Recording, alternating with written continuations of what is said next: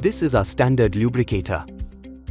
In this video, we'll show you how to change the doom bulb in a standard lubricator.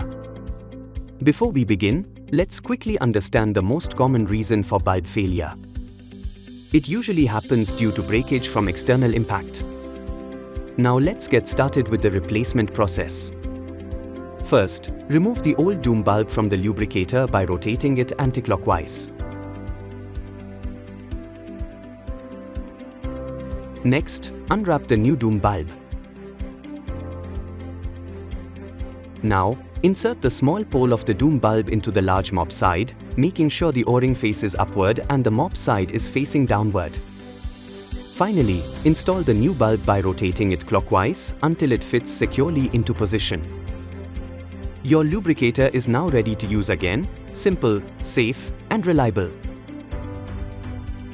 Discover the power of SPAC Pneumatic and revolutionize your pneumatic solutions. Just drop a "Hi" at our WhatsApp number 0120473333 or visit our website www.spacpneumatic.com for more information.